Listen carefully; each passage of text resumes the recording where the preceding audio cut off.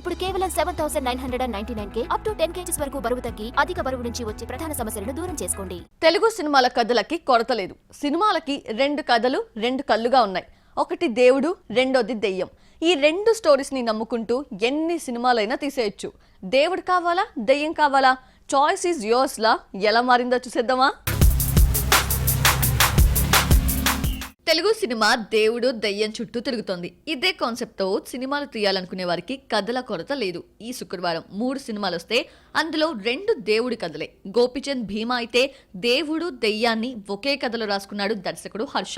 పరశురాముడు క్షేత్ర ప్రస్తావనతో సినిమా మొదలవుతుంది. మరోవైపు ఆత్మలు చూపించాడు. ఇక గామి అయితే అఘోరాలు, కాశీ నగరం, హిమాలయాల్లో 36 ఏళ్లకొకసారి పూసే పుష్పాల కథలు, హిందూ కర్మ సిద్ధాంతంతో సినిమా సాగుతుంది. అరుదైన వ్యాధిని టచ్ చేస్తూనే కథ చుట్టూ డివోషనల్ సీన్స్ రాసుకున్నాడు దర్శకుడు విద్యాధర్. సినిమాలో ఉంటే దేవుడైనా ఉండాలి, లేదంటే దెయ్యమైనా ఉండాలి. కల్కి సినిమాలో మహాభారతం నాటి కాలంతో మొదలవుతుంది అని దర్శకుడు నాగ్ అశ్విన్ చెప్పాడు. ప్రభాస్ ఇందులో భైరవగా కనిపించబోతున్నారు. ఇక Dhanush, Sekhar Kammula cinema Kubera first look లో శివుడి ఫోటోను ధనుష్ కవర్ చేయడం చూస్తుంటే స్పిరిచువల్ యాంగిల్ ఉన్నట్లు కనిపిస్తోంది. చిన్న సినిమా అయినా పెద్ద సినిమా అయినా డివోషనల్ ఎలిమెంట్ తప్పనిసరి అయిపోయింది. హనుమాన్ హిట్ తో ఇదొక ట్రెండ్ గా మారింది. చిరంజీవి నటిస్తున్న socio fantasy movie Vishwambhara first look లో హనుమంతుడు కనిపించాడు.